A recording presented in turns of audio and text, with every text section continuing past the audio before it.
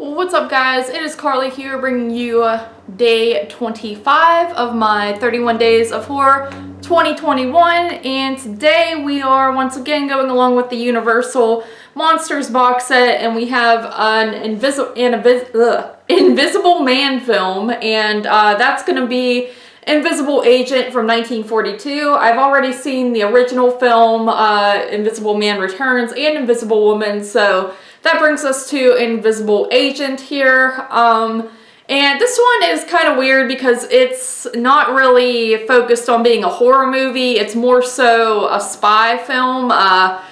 And it's, you know, it does not continuity really, but it is connected to the other Invisible Man films in that your main character here that does become invisible is actually the grandson of the original Invisible Man guy, and he has, you know, the serum that was used. So it's connected in that way, but other than that, you know, it's kind of its own little entity. And like I said, it's more of like a spy film, and it's also very comedic at times, which I wasn't expecting because it's not like listed as horror or, you know, spy comedy or anything like that, I guess, online, but there's a lot of comedic stuff going on here with the Invisible Man himself. But it's basically about, you know, the grandson of the Invisible Man. He has a serum, and there's a group of Nazis that know he has a serum, and they try to get it off of him. They fail to do so, and then the Invisible Man basically, well, I forget what his actual name is. I keep calling him the Invisible Man, but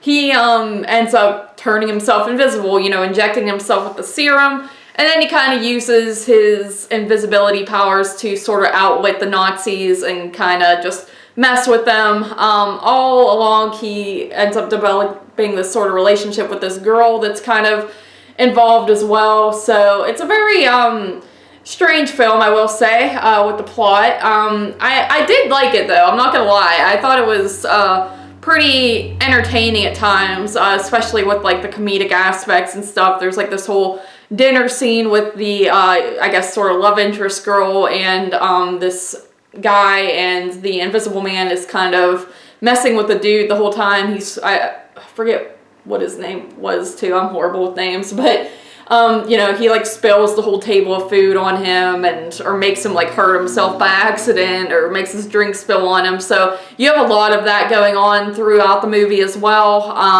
And I found those parts to be rather entertaining. Then you have like some cool scenes. I always like the scenes where, you know, the person that's invisible does something to make them not invisible. You get a scene at the beginning where he's like taking a bubble bath, and, you know, the soapiness is showing what his feet and legs look like. And then you get a scene later on where the girl really wants to see what he looks like because she's kind of like infatuated with him even though she doesn't know what he looks like. And he puts on some like lotion and powder and stuff, like her makeup essentially, and you could see him. So I always find that to be rather cool. But all in all, I thought it was pretty decent. I had a good time with it. Like I said, it's not really horror, but it fits in with the Universal Monsters, and it does have some suspenseful moments, but I would give this one a 7 out of 10. So that'll do it for this review, guys. Thank you once again for joining me here for day 25, and I'll see you tomorrow for day 26.